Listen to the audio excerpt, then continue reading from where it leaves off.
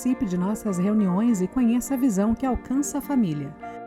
Transmissões ao vivo em quartas-feiras, às 8 da noite e domingos, às 8 da manhã.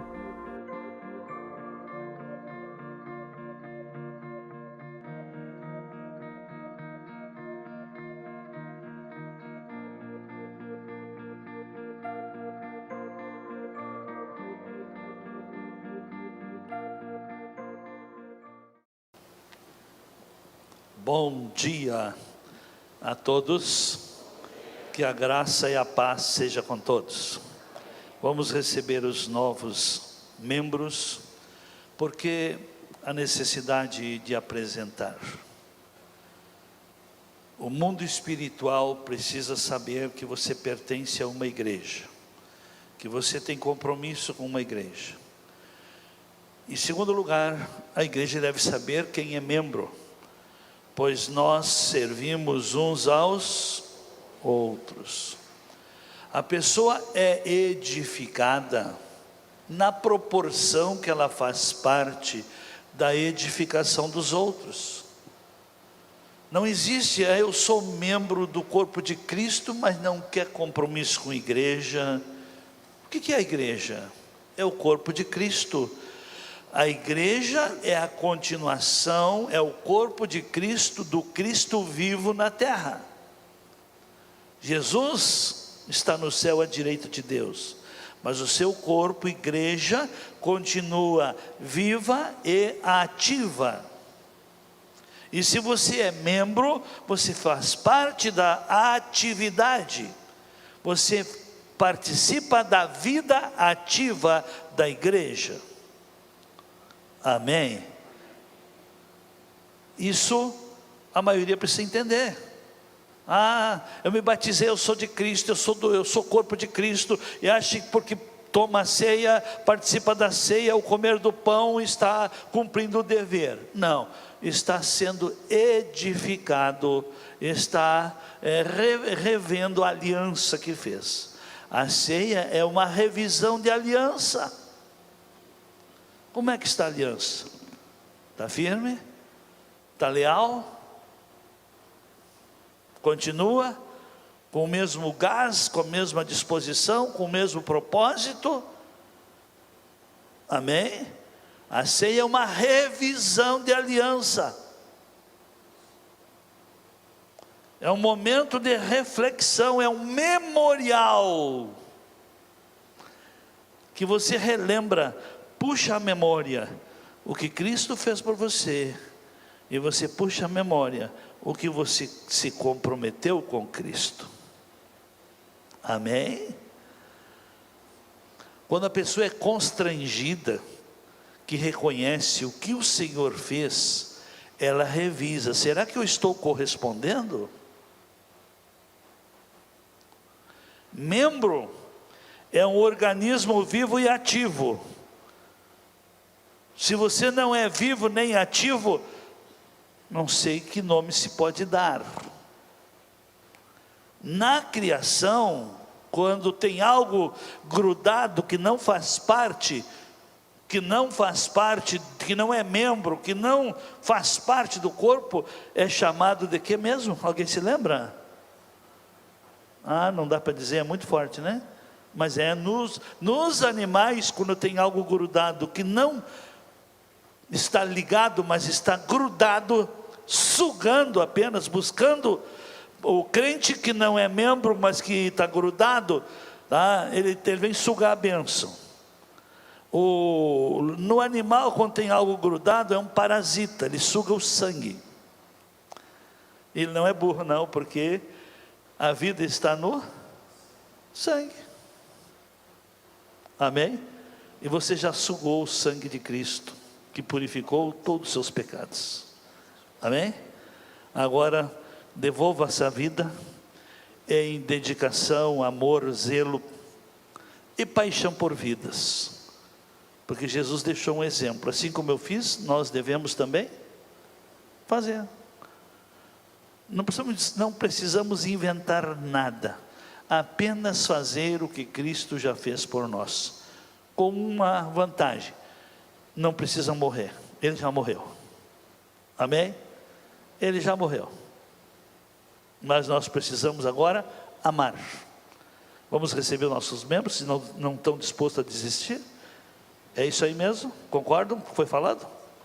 Pai, aqui estão diante do teu altar essas vidas que a partir de hoje estarão ligadas ao corpo, para desempenharem sua função, e também para trazer a edificação ao corpo e se também auto-edificarem. Como igreja nós a recebemos e abençoamos. E pedimos, Pai, que na continuação desse culto, a Tua graça se manifeste poderosamente através da palavra, colocando luz no caminho de cada um, trazendo as respostas e também orientando-nos para que cada dia saibamos viver com cuidados, prudência e também no cumprimento do chamado, do dever. Em nome de Jesus, quero abençoar a todos. Amém.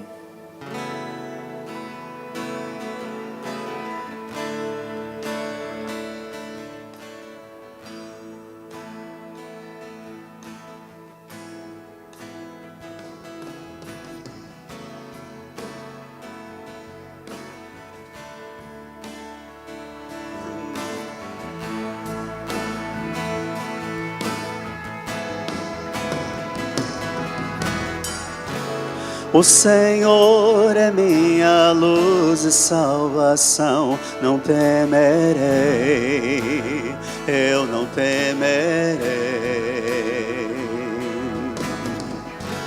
Minha força em dias de tribulação, não temerei, eu não temerei. Meu coração firmado está em Ti, ó Deus, libertador meu. Eu viverei só para Ti, proclamarei Teu nome para sempre.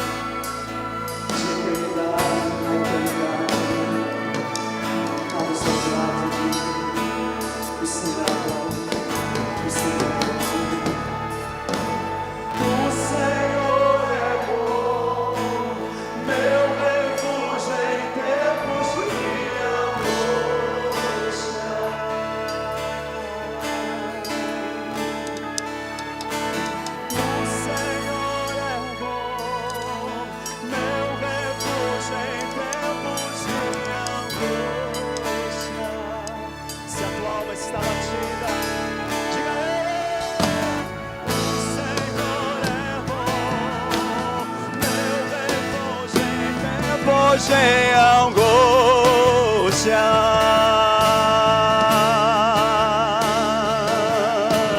o Senhor é bom, meu refúgio em tempos de angústia.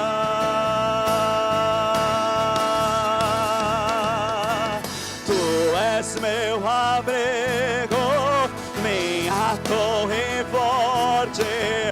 rocha que me salva, meu lugar seguro. Sei que tu me amas, eu também te amo. Encontrei descanso para minha alma. Tu és meu amigo, minha torre forte, rocha que me salva, meu lugar seguro. Sei que tu me amas, eu também te amo. Encontrei descanso para minha alma em ti.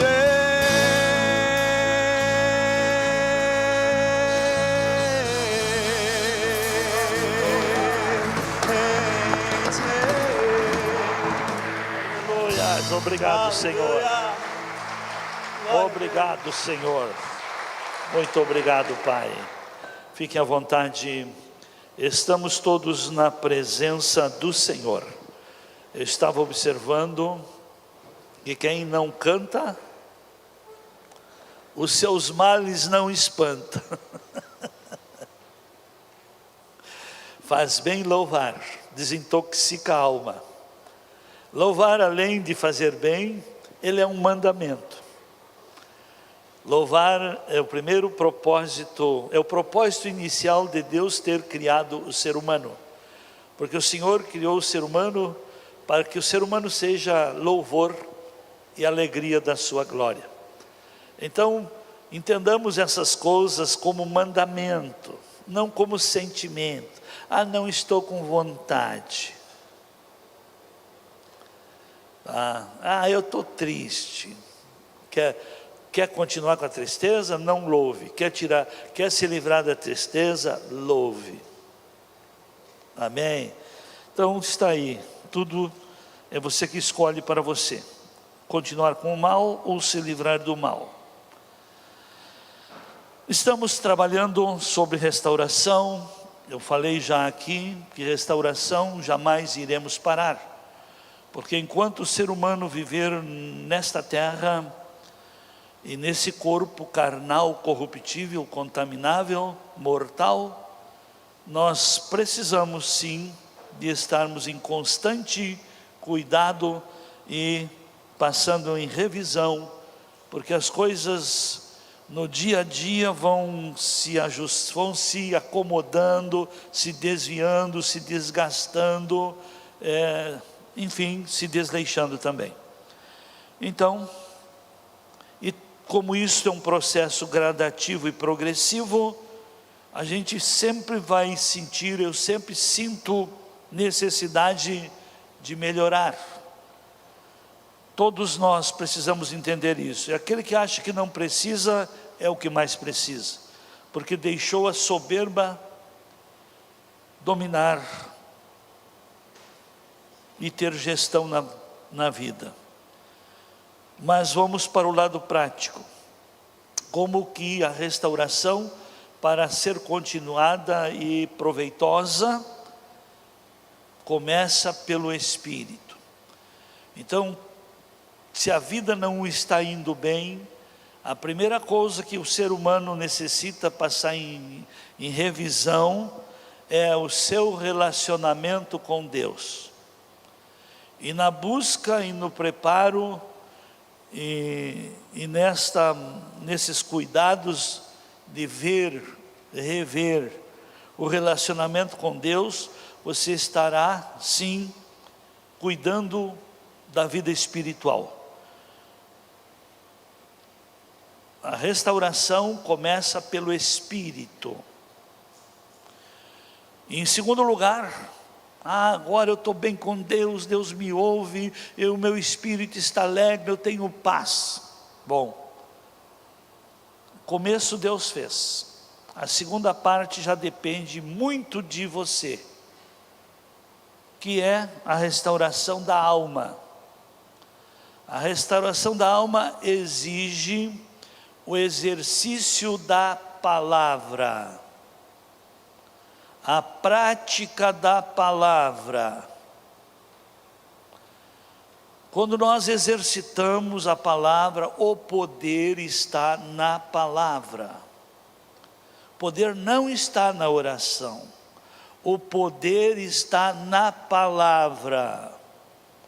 A oração restaura a nossa, como se diz?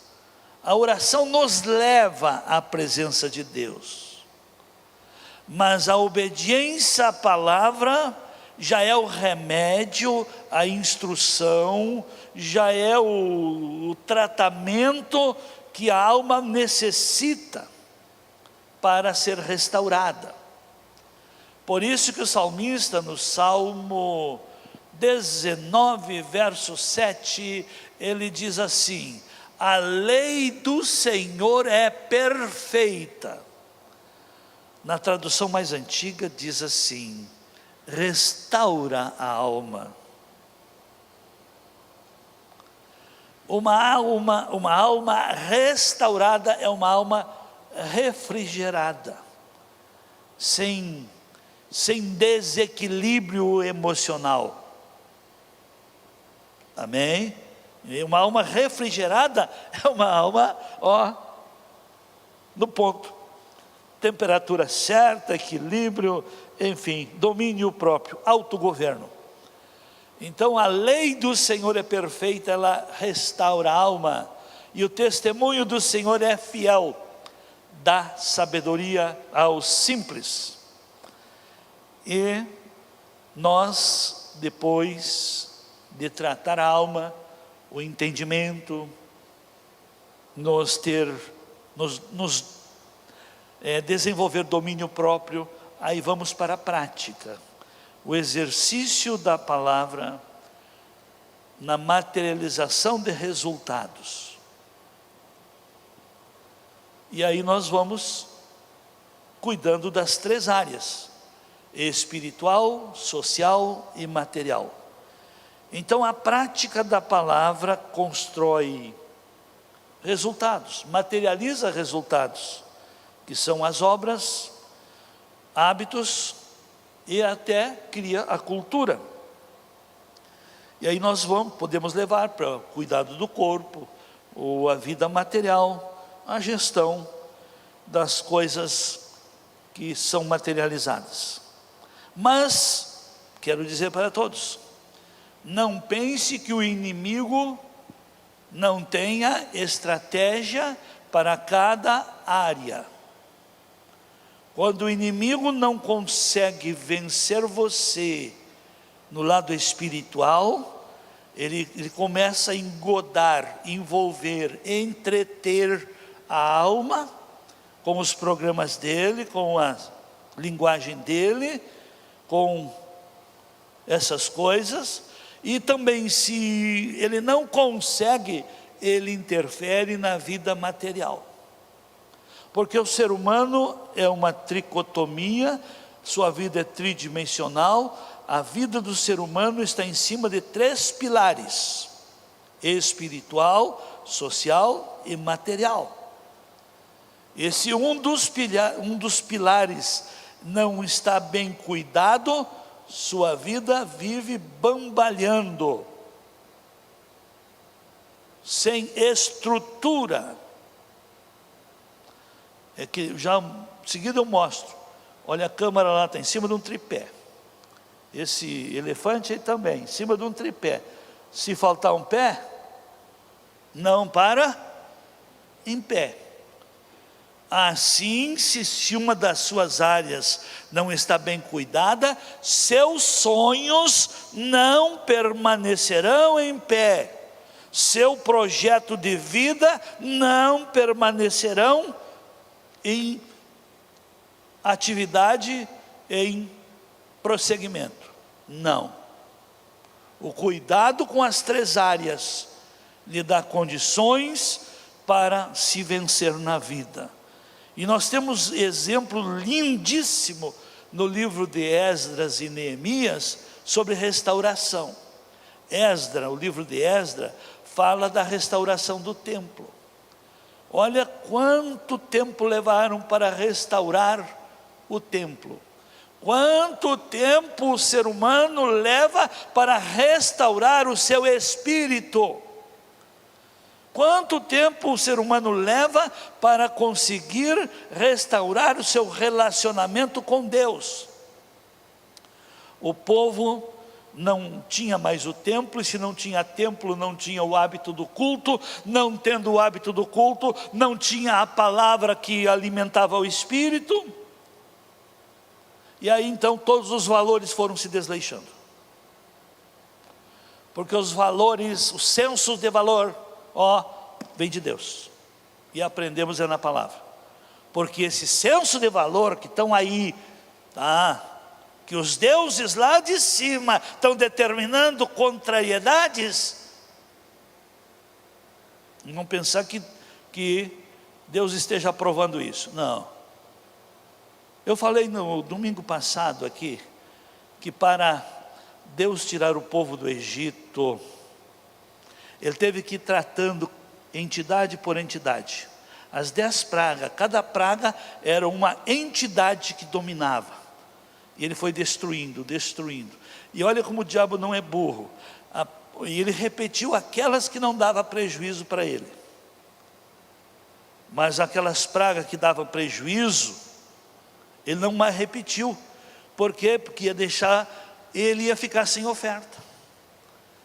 Porque as pragas, a partir das pragas que o diabo que os místicos lá do Egito não puderam repetir, é porque se repetisse ia aumentar o prejuízo, porque tocava em coisas que eram oferecidas em oferta às entidades. E o diabo vai destruir aquilo que ele se alimenta? Não.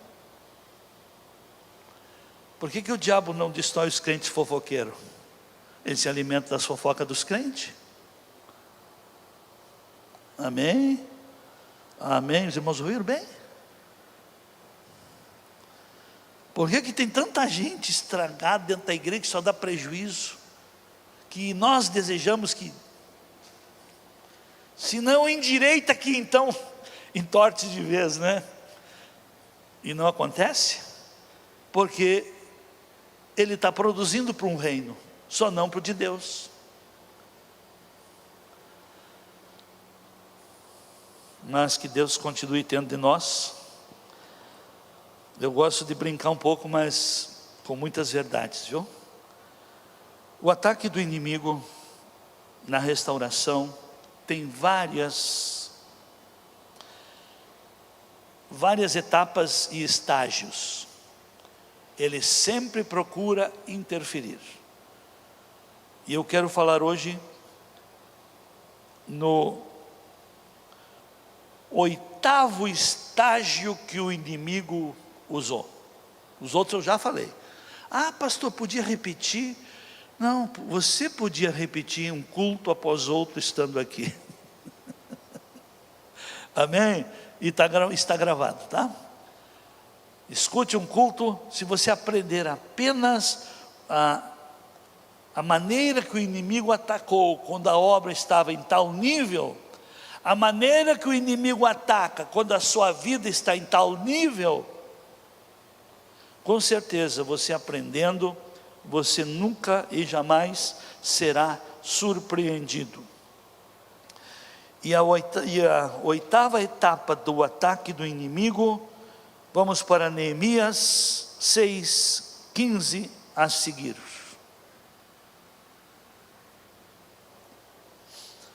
Acabou-se, pois, o muro aos 25 do mês de Elul, em 52 dias.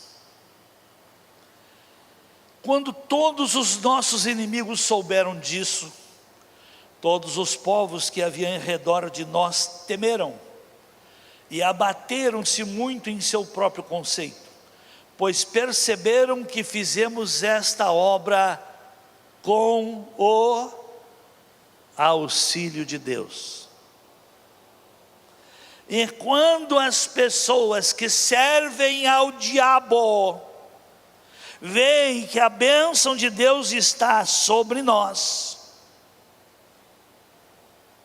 ficam cada vez mais irados, revoltados e buscam outras estratégias. O diabo não é burro, toda a estratégia que ele usou para derrotar e não conseguiu, ele não repete estratégia que ele não teve sucesso. E o verso 17 diz: além disso, agora começa uma história. Quero dizer para todos: nunca subestime o inimigo. Ele tem experiência milenar, ele não tem pressa. Ele se não consegue dobrar e vencer, derrubar seus conceitos de fé, ele vai investir em alguém ligado a você. Ele vai investir no seu fruto. Ele vai investir em seus laços. Vai usar laços familiares, laços de iniquidade, vai usar ligações, coisas que você tem ligação.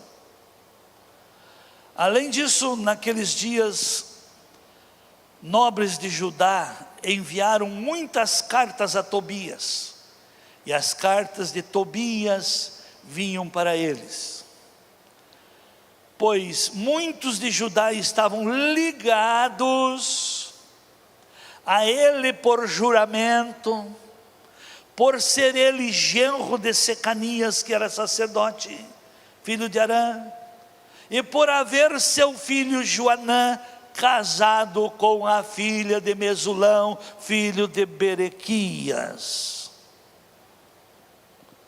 Próximo. Também as boas ações dele contavam perante mim, e as minhas palavras transmitiam a ele. Tobias, pois, escrevia cartas para me atemorizar.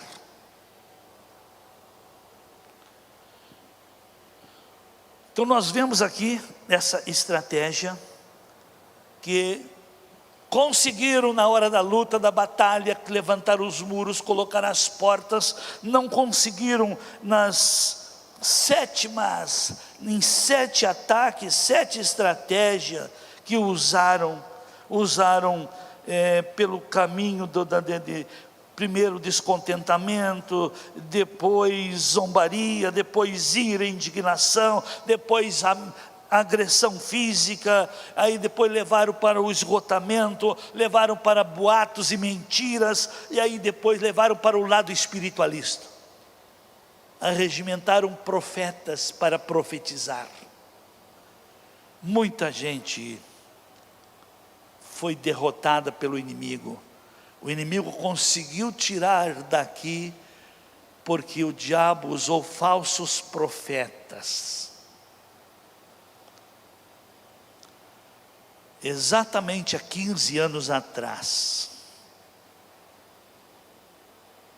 quando saiu um grupo daqui, aí começaram a visitar e a profetizar, que é para sair daqui, que isso aqui tudo ia implodir.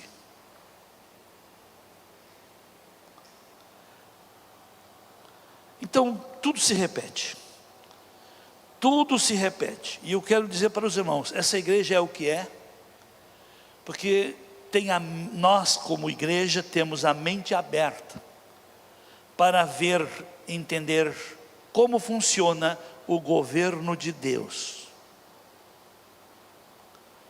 Como funciona a religião, nós podemos ver.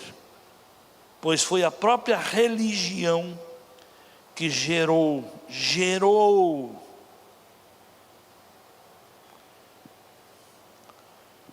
o comunismo. Só que quem está obcecado, persuadido, cegado, nem se percebe como nasceu. Pois o comunismo tirou da religião a igualdade. Deus, que é Deus, não trata em igualdade. Ele dá em igualdade oportunidades. Mas depois, então, Ele trata segundo a capacidade. E cada um demonstra a capacidade que tem, pelo que leva a sério de verdade que aprende. Deus dá em igualdade oportunidades, 24 horas por dia. Deus dá em igualdade para todos que estão me ouvindo agora, ouvirem a mesma palavra. Mas a partir disso aqui, Deus vai tratar diferente cada um, pelo que cada um absorveu das verdades que tem aprendido. A partir de ter ouvido verdade, Deus vai ver você pelas oportunidades que lhe deu. Ele lhe deu 24 horas por dia, e você não tem uma gestão do tempo, e ainda quer se fazer de coitadinho, para que Deus lhe dê tudo. Engano. Por que tem muita gente que ainda faz essa cobrança? Ah, se Deus é amor, por que tem tanta pobreza? Tem pobreza que realmente tem alguma causa, aliás todas têm causa. Tem uns que é consequência, mas tem pobreza que é punição. O sábio Salomão diz assim: pobreza e miséria virá sobre todo aquele que rejeita as leis de Deus. E agora? E agora? E dentro das instruções das leis de Deus diz assim: que quem não trabalha, que não coma. Eu aqui tenho muitas experiências nesses 32 anos de ministério. Nunca deixamos de atender ninguém, mas nunca deixamos de instruir. Primeira necessidade, que está com fome, se resolve. A segunda, se ensina como gerar solução para si. E quando começamos a trocar o que eles tinham em falta, para eles darem valor e começarem a pagar, desapareceu os necessitados. Eles iam pedindo emprego. Podia ter um trabalho para nós estamos com fome. Mas chegavam na hora de meio-dia, que pediam trabalho. Nós dava o alimento. Então você quer ganhar teu pão? Vem uma hora mais cedo aí, 2 horas mais cedo, que nós damos um trabalho que valha o que você vai comer. Aí não deu mais fome. Desapareceu os famintos. Não sei por que estou falando isso, não tem nada a ver com o que tem aqui. Amém? Porque nessa situação, e eu quero dizer para os irmãos, não se ofendam. Paramos com a capelania de rua, porque mesmo os moradores de rua não valorizam o pão que ganham. Porque muitos deles demos oportunidade de trabalho e não quiseram trabalhar. Muitos deles tiveram no meu sítio para se restaurar e não quiseram se restaurar. E agora? Nós temos que viver uma vida de fé de tal maneira que nós não entremos em contradição ao que a Bíblia diz. A Bíblia diz que não é para darmos pérola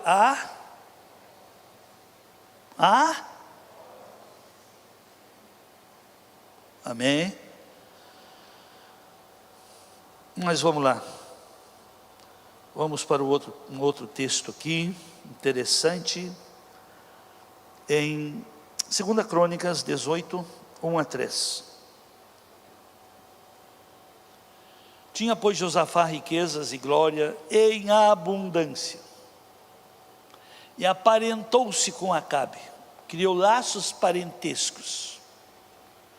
Ao cabo de alguns anos foi ter com Acabe em Samaria.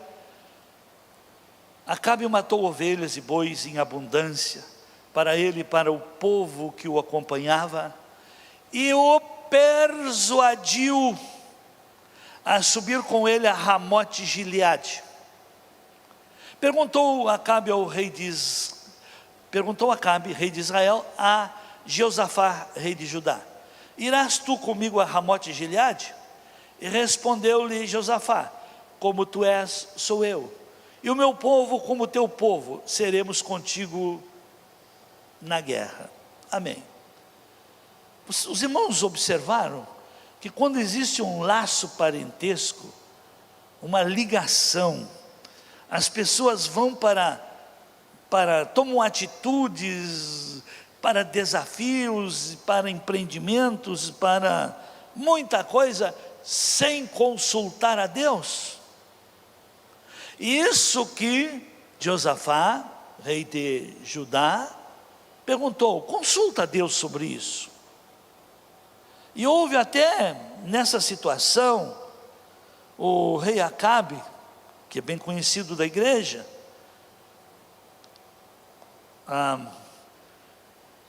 como ele era idólatra, maligno, mandado pela Jezabel, e ele insistiu que consultasse a Deus, mas ele dava desculpa, que os profetas não falavam bem dele. Mas não é esse assunto que eu vou entrar, mas só para os irmãos verem, que ligações parentescas, ele aparentou.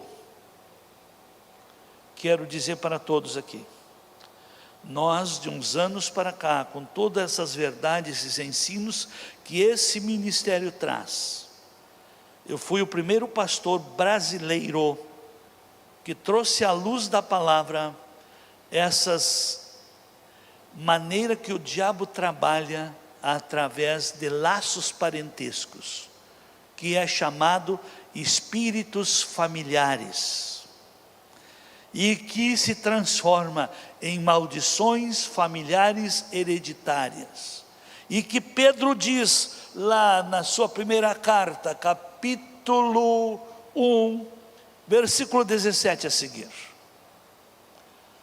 que Pedro diz assim: e se invocais por Pai aquele que sem acepção de pessoas julga segundo a obra de cada um, andai em temor durante o tempo da vossa peregrinação, sabendo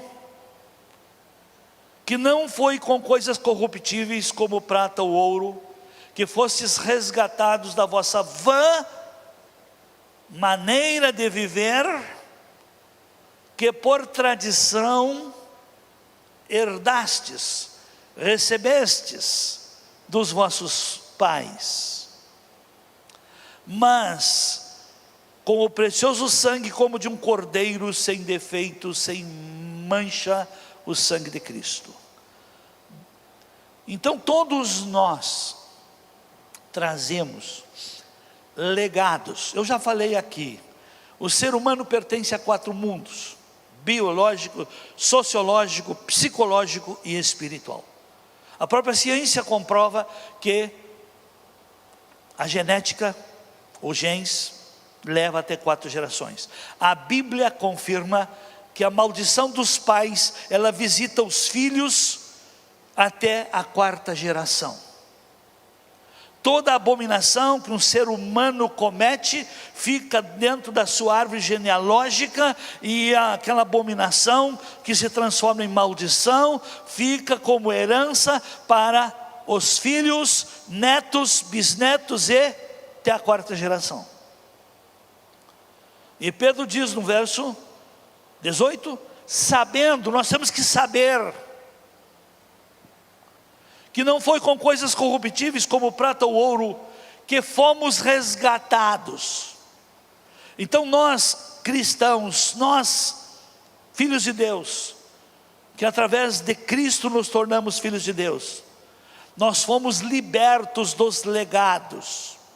O meu pai era alcoólatra, eu vou ser alcoólatra. Bom, se não se tornar um cristão, é 100% certo que o espírito do Zé Pilintra, que morou no corpo do teu pai, ele vai procurar o teu também. Eu, na minha trajetória de vida, eu não vi tudo, mas eu já vi muita coisa.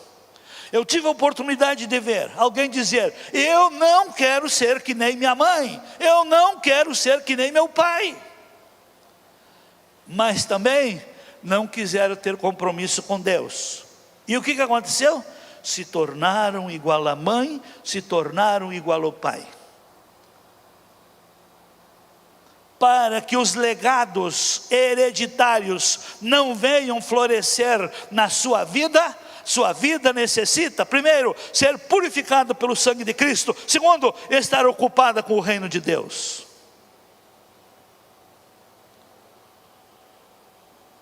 Amém.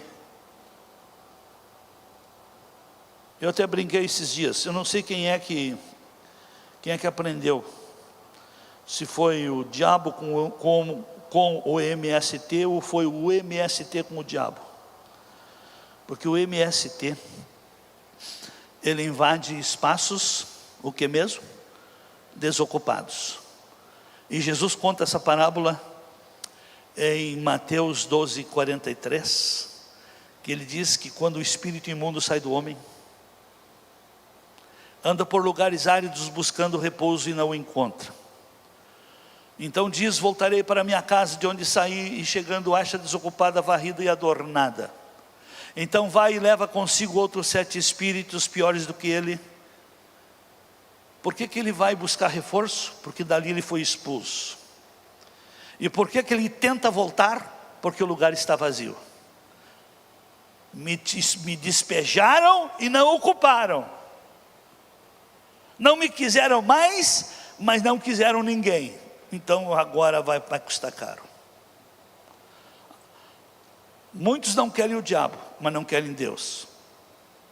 Muitos não querem mais o espírito da prostituição, o espírito da mentira, o espírito do progressismo, o espírito das ideologias, mas não querem nada com o reino de Deus. E o que vai acontecer?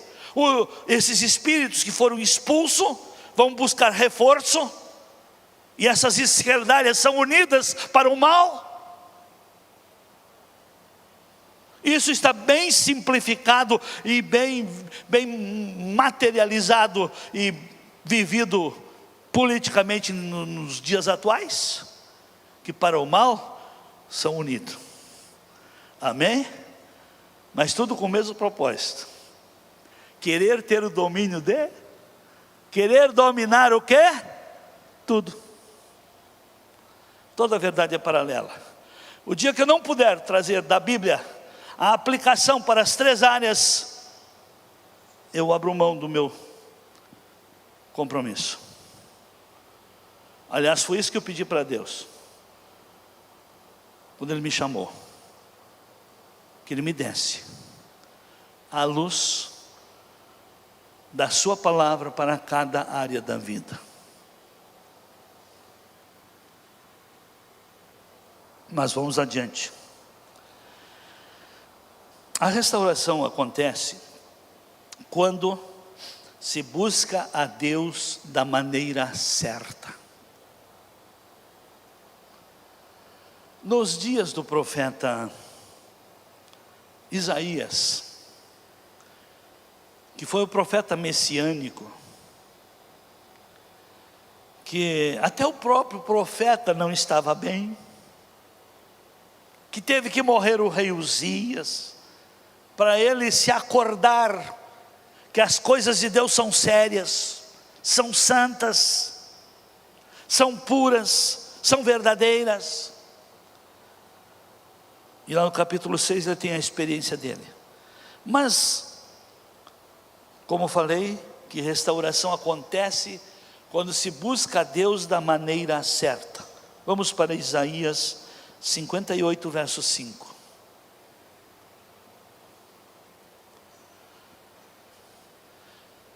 Aqui eles estavam jejuando e estavam cobrando resposta. Aí o Senhor responde e diz: seria este o jejum que eu escolhi? O dia em que o homem aflige a sua alma, consiste porventura em inclinar o homem a cabeça como junco, e estender debaixo de si saco e cinza? Chamarias tu a isso jejum, e dia aceitável ao Senhor? Acaso não é esse o jejum que eu escolhi? Que soltes as ligaduras da impiedade, que desfaça as ataduras do jugo, e que deixes ir livre os oprimidos, e despedace todo o jugo? Porventura não é também que repartas o teu pão com o faminto, e recolhas em casa os pobres desabrigados? Que vendo o nu o cubras e não te esconda da sua carne? Então, jejuando da maneira certa, romperá a tua luz como a alva, e a tua cura apressadamente brotará, e a tua justiça irá diante de ti, e a glória do Senhor será a tua retaguarda. Aleluias, amém? Como é que a gente busca da maneira certa? Como é que as coisas começam a acontecer? Quando a gente age da maneira certa. Deus está pedindo alguma crise de fome, algum masoquismo, tirar o alimento do estômago? Não é isso que ele pede. Ele pede rompimento com a impiedade. Eu tenho sido crítico nos últimos dias, que os cristãos continuam, continuam se auto-enganando, achando que é só orar que Deus vai atender, que é só jejuar que Deus vai atender. Não. Quando essas coisas erradas estiverem acontecendo, Deus convoca o povo, Deus chama a atenção do povo para um arrependimento. Arrependimento significa rompimento. Então não adianta orar, jejuar, se não houver rompimento. E aqui olha o que aconteceu. E como o diabo sabe que é difícil romper laços com alguém familiar. É difícil. O que o diabo, através de Sambalá, Tobias, eles fizeram? Criaram laços familiares. A filha de um casou com o filho do outro. A filha do sacerdote casou com o filho do esquerdista Sambalá, Tobias, do comunista da época. Se nós olharmos todos os conflitos nas gerações passadas, nas dispensações passadas, os inimigos eram aqueles que estavam a serviço do diabo, e o diabo tem uma missão: roubar, matar e destruir. Mas o diabo tem um perfil de governo, de manter o povo na miséria para poder dominar. Estava lá Jerusalém governada por Sambalá e Tobias, e o povo na miséria e opróbrio. E vem Neemias para mudar esse estado, essa situação social. Se levantaram contra Neemias, e Neemias prosseguiu, que em 52 dias conseguiu vencer e pôr limite, reconstruindo os muros. Mas mesmo assim, eles não desistiram de. E uma coisa interessante, que o diabo também não tem pressa. Mas vamos pegar uns textos aí que eu quero ver se consigo passar todos. Em Neemias 13, verso 1 a 3. Naquele dia leu-se no livro de Moisés, na presença do povo, e achou-se escrito nele que os amonitas e os moabitas não entrassem jamais na Assembleia de Deus, porquanto não tinham saído ao encontro dos filhos de Israel com pão e água, mas contra eles assalariaram Balaão para os amaldiçoar. Contudo, o nosso Deus converteu a maldição em bênção. Ouvindo eles esta lei, apartaram de Israel toda a multidão mista. Mas aqui, meus amados, já lá da conclusão dos muros e das portas, até a leitura dessa situação, passaram-se 12 anos. E nesses 12 anos, aconteceu tanta coisa. Vamos ler lá a partir do verso 4 agora, continuar lendo. Ora, antes disto, Eliasibe, sacerdote, encarregado das câmaras da casa do nosso Deus, se aparentaram com Tobias. Quem era o Tobias? O inimigo ferrenho de Neemias, o inimigo ferrenho da restauração. E fizeram uma câmara grande, onde dantes se recolhiam as ofertas de cereais, o incenso, os utensílios, os dízimos dos cereais, o mosto e do azeite, que eram dados por ordenança aos levitas, aos cantores, aos porteiros, como também as ofertas alçadas para os sacerdotes.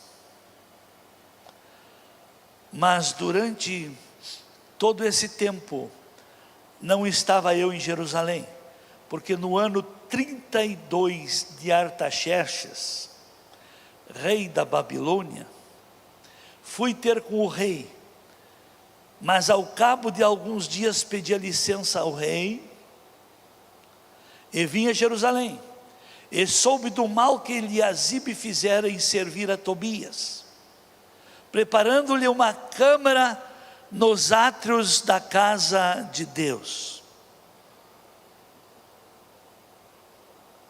Isto muito me desagradou, pelo que lancei todos os móveis da casa de Tobias fora da câmara.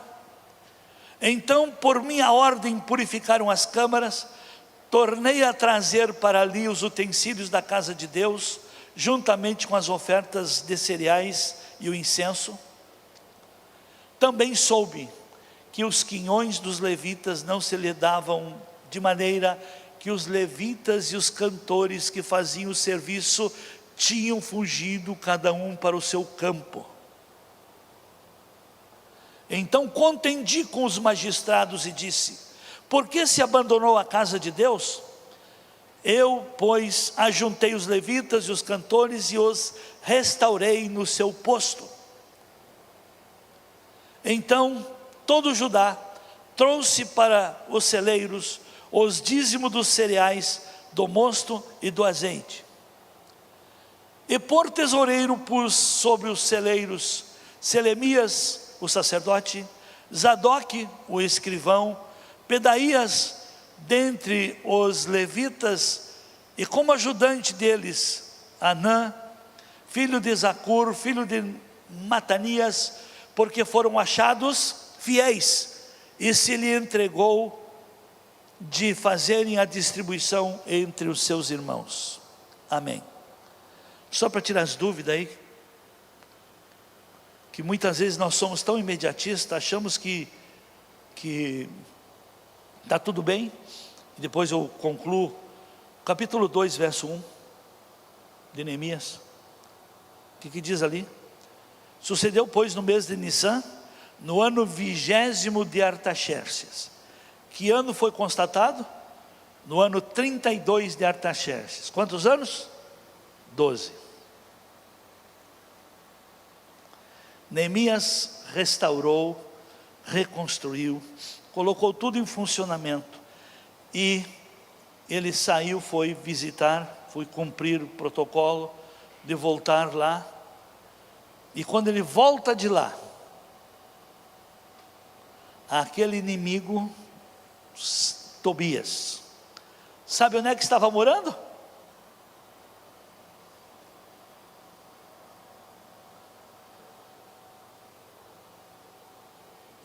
Numa das câmaras do templo, aonde se recolhia os dízimos, porque naquele tempo os dízimos eram em espécie,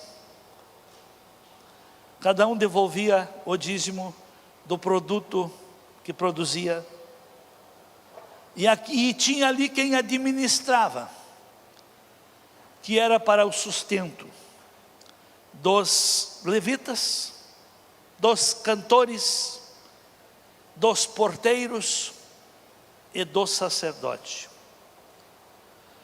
E quando espíritos, o que abriu a porta para essa má gestão da vida espiritual de Israel? A influência de espíritos familiares. O que é que interferiu na sua vida, que seu compromisso com a casa de Deus se tornou desleixado? A influência de espíritos familiares, a influência, as ligações. Porque muitos que se encontraram com Cristo aqui, aprenderam o que é governo de Deus, mas vieram de famílias religiosas.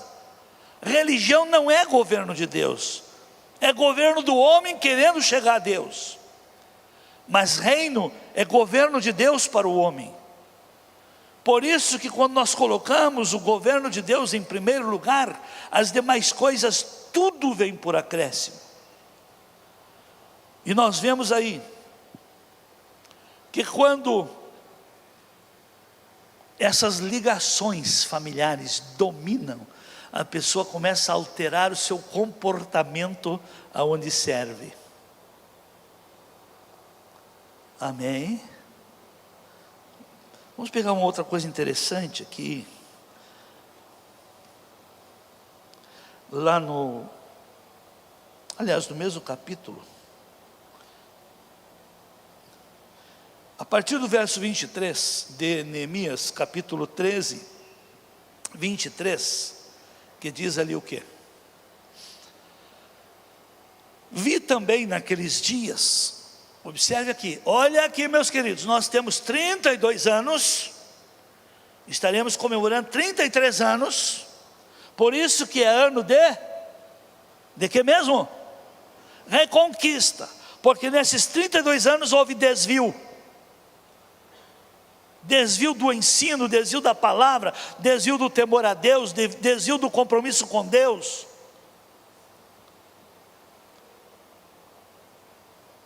E ainda pior, que ainda querem que eu ainda apoie abominações aí, essa política de gênero aqui dentro. Amo, respeito, assim como Deus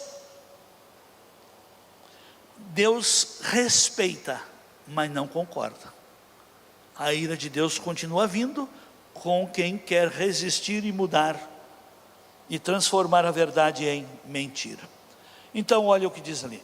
Vi também naqueles dias judeus que tinham casado com mulheres asdoditas, amonitas e moabitas. Bom, quem não estava domingo passado aqui, quem eram os amonitas e quem eram os moabitas?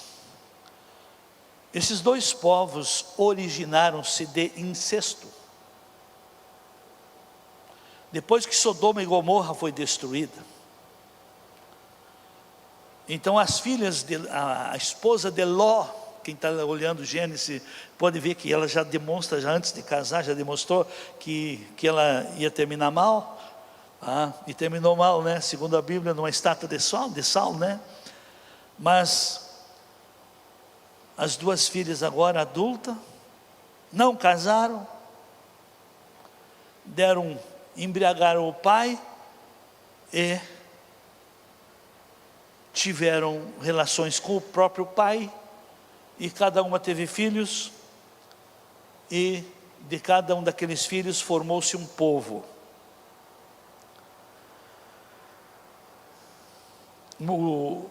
A filha mais velha teve um filho Moabe, e se tornou os moabitas, esse povo moabita, que em vez de ajudar Israel, quando Israel voltava do Egito para a terra prometida, eles não permitiram nem que passassem seus termos. E Amon se tornou tão cruel que ele, nas batalhas, vazavam os olhos dos homens e rasgavam os ventres das mulheres.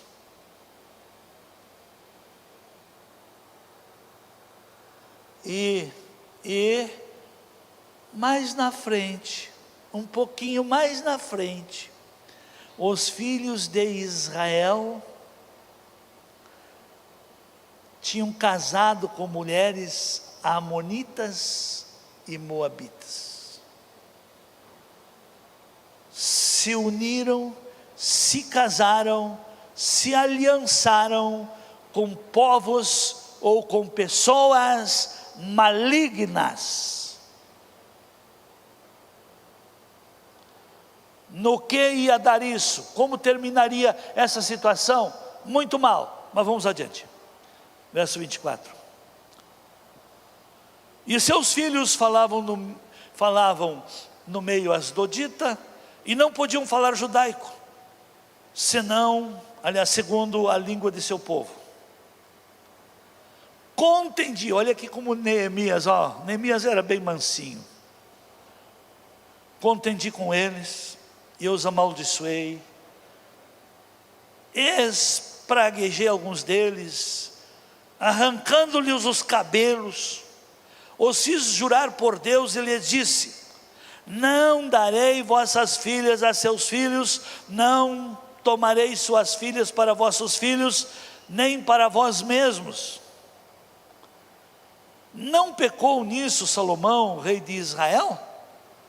Entre muitas nações não havia rei semelhante a ele, e ele era amado do seu Deus, e Deus o constituiu sobre todo Israel. Contudo, mesmo a ele, as mulheres estrangeiras a fizeram pecar. E dar-vos-íamos nós ouvidos para fazermos todo este grande mal, esta infidelidade contra o nosso Deus, casando com mulheres estrangeiras? Também um dos filhos de Joiada, filho do sumo sacerdote, filho do principal sacerdote, que era Eliasibe, era genro de Sambalá, horonita, pelo que afugentei de mim. E aí ele ora, dizendo: lembra-te deles, Deus meu, pois contaminaram o sacerdócio, também o pacto do sacerdócio e dos levitas. Amém. Olha em que estado ficou. Destruiu, depois de tudo restaurado, o templo funcionando, o serviço religioso funcionando, a nação prosperando, mas o inimigo infiltrado, e ele foi criando laços parentescos. Nós aqui já tivemos bem melhor, mas a ligação parentesca, espíritos familiares, eu tenho pena às vezes de nossos irmãos que acabam cedendo à pressão e acabam dando ouvido, porque querem nos comparar com o sistema lá fora. Quero dizer para os irmãos, quando Deus me chamou para ser pastor, sabe qual foi a resposta que eu dei para Deus? Deus, eu ser pastor, mais um dos que estão por aí? Eu fazia parte de uma igreja que pregava tanto uso e costume, pregavam contra o vinho, e os pastores iam lá na minha casa tomar vinho.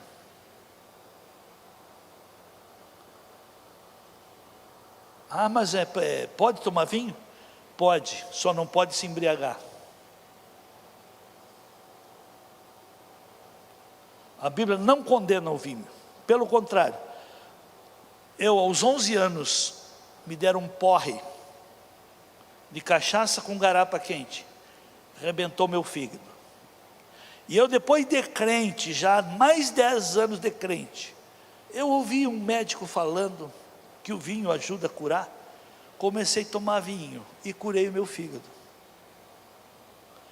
Eu passei mais de 20 anos que não podia comer fritura, não podia tomar refrigerante, nada com conservante, nada. E depois de descobrir que o vinho cura, e que Paulo aconselhou a Timóteo, por causa da saúde, tomar vinho, mas é vinho bom, não essas gráspias que tem por aí, viu? Amém? E eu sabendo que eles pregavam uma coisa e viviam outra, e Deus me chama para ser pastor.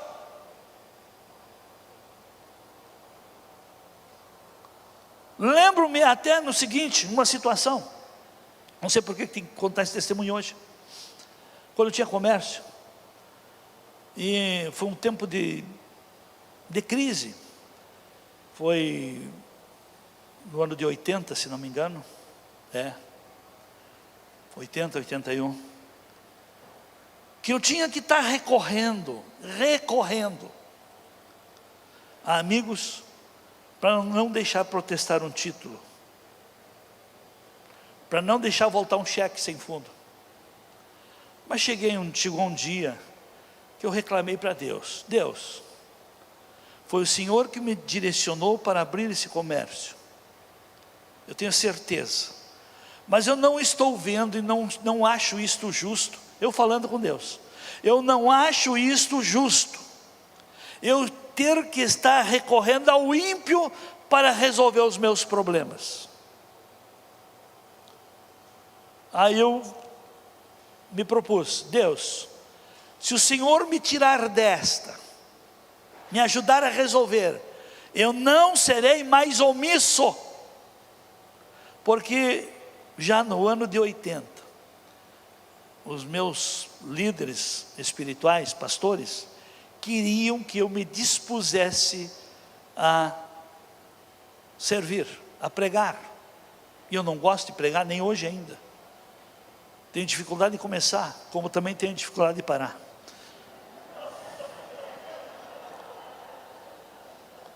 Porque se não der o recado bem dado, eu me frustro.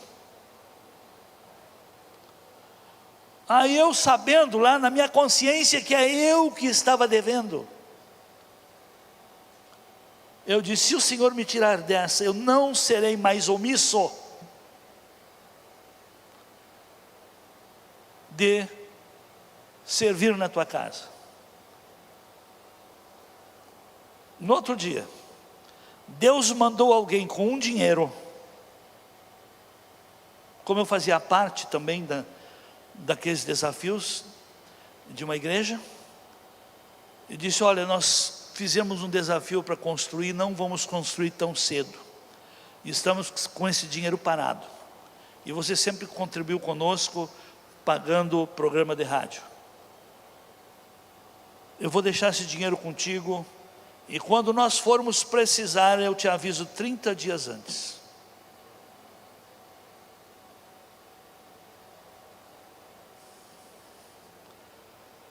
Amém. Como Deus é bom, né? Mas o pior veio depois.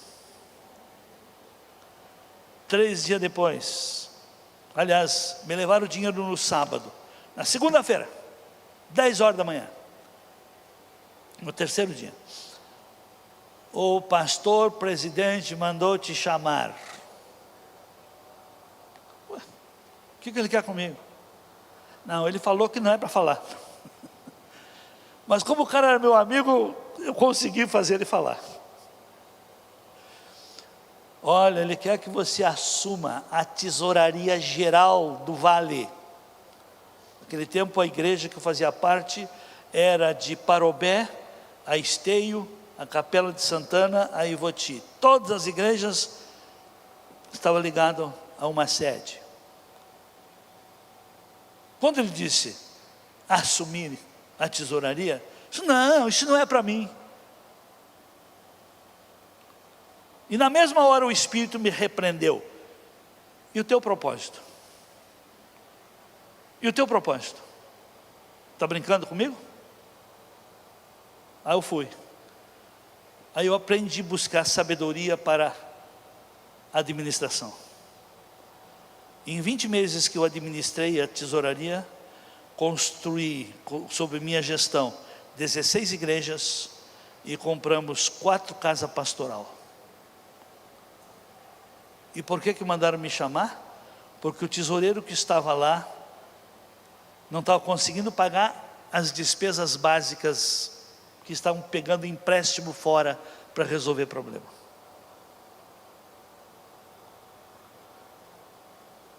Amém? Quando nós temos disposição de obediência, faça prova com Deus. E aqui, por que nós somos chamados, considerados hoje já está pobre a igreja, mas essa igreja foi chamado e criticado muito por ser igreja dos ricos, porque aqui só não enriquece quem não pratica a palavra.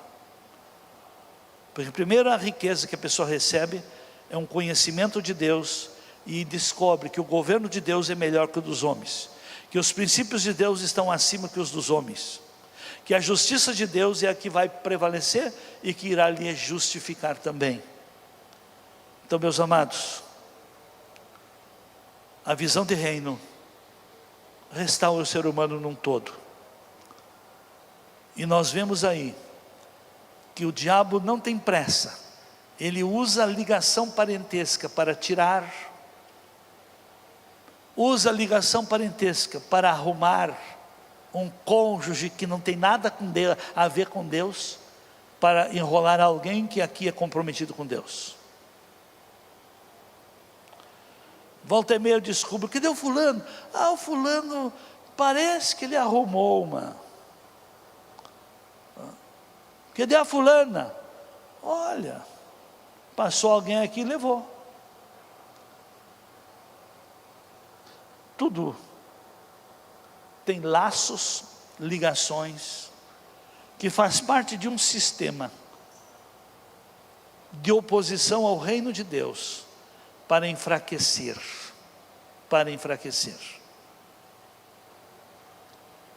ligações familiares, laços com alguém do maligno. Por exemplo, o que tem de gente que se deu mal por ligação com sindicalismo, esquerdismo, porque tanto o sindicalismo como o esquerdismo são braços de construção do progressismo, que de progressismo não tem nada, porque vem de uma coisa e na realidade é outra. Se fosse tão bom essas coisas, quando foi feito lá na Europa, se fosse tão bom, não precisava criar muro para o povo não fugir. Se Venezuela é tão boa, se a política da Venezuela é tão boa, por que os brasileiros não vão tirar férias lá?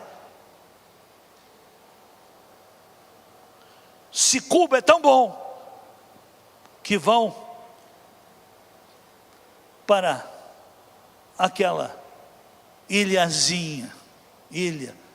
Eu sei que 50 anos atrás tinha alguma coisa proveitosa, mas hoje tem a miséria. Amém? E se a igreja não cortar laços com iniquidades, com marxismo, com progressismo, com esquerdismo, também vai caminhar. Mas eu posso dar uma nova para você. Mesmo que essa própria liberdade religiosa no Brasil foi amorcegada, mas se tivesse declarado que a igreja é intocável, que as igrejas podem ficar abertas, os crentes não iam melhorar. Porque a igreja só cresceu quando tudo foi dificultado para ela.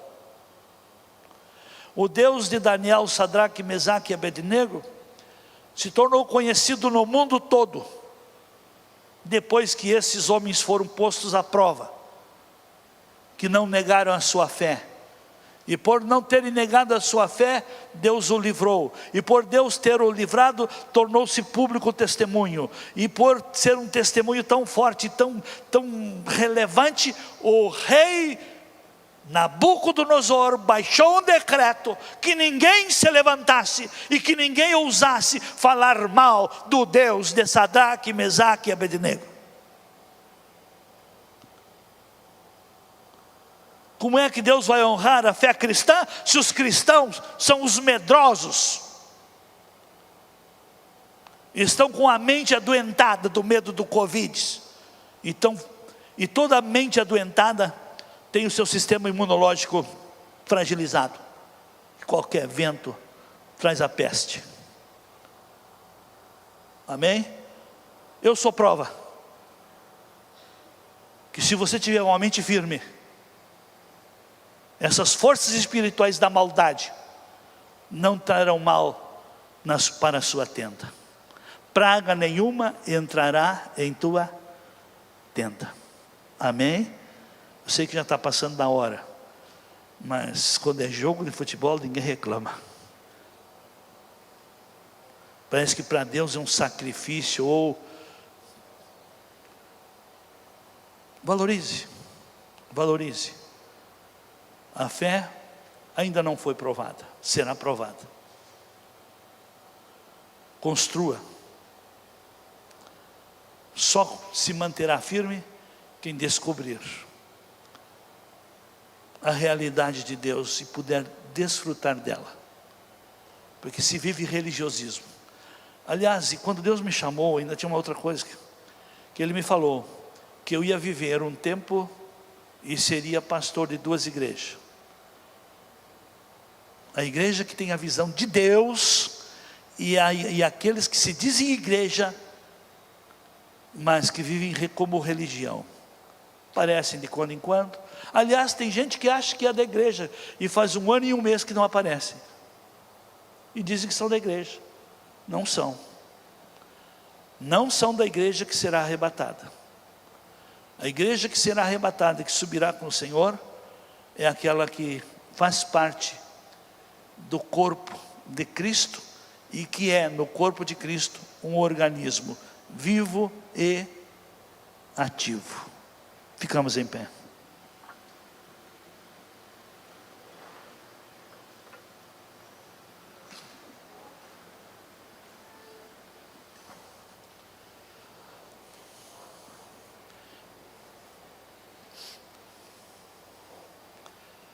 Eu sei que muitos, já é 10 horas, o que você vai fazer em casa? Está gostando do confinamento? Está gostando? Todo esse espaço físico que nós temos, Deus falou que estaria nos dando para o povo desenvolver comunhão. A partir da próxima semana, estaremos criando espaço para as crianças. Você que está confinado num apartamento, tem filhos?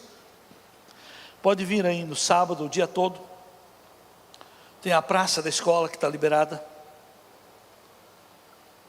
Tem dentro da cantina, pré-grau para as crianças.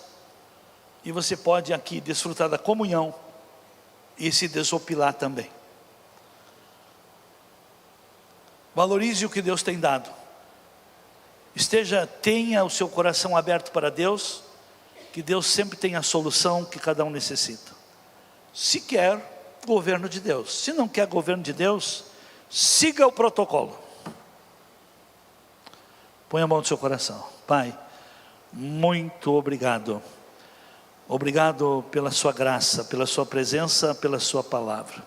Obrigado por esse expediente que na tua presença aqui, Senhor, nos colocamos diante da palavra, e a tua palavra nos inspira e também nos ajuda, porque aprendemos uns com os outros, porque tudo que foi virá a acontecer, e tudo que está acontecendo um dia voltará também.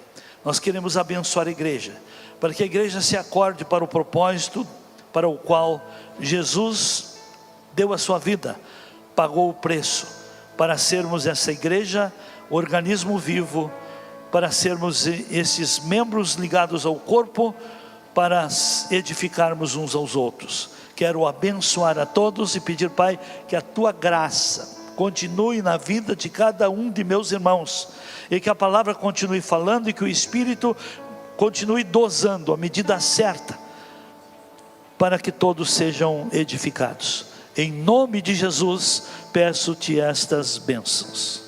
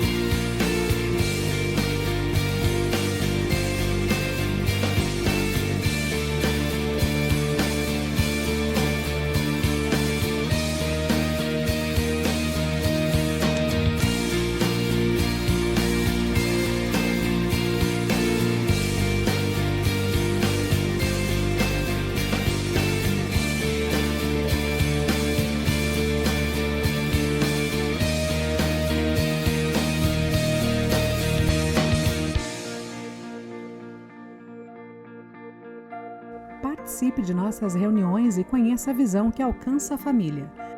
Transmissões ao vivo em quartas-feiras, às 8 da noite, e domingos, às 8 da manhã.